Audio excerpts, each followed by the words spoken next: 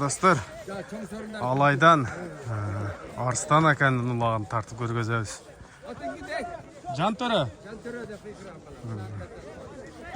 Bu ikinci baygesi dostlar.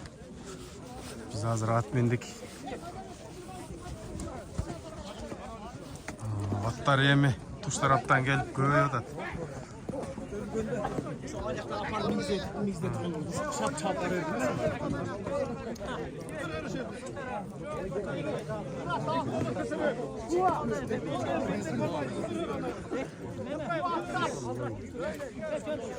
Manzaradan beri gelev oldu.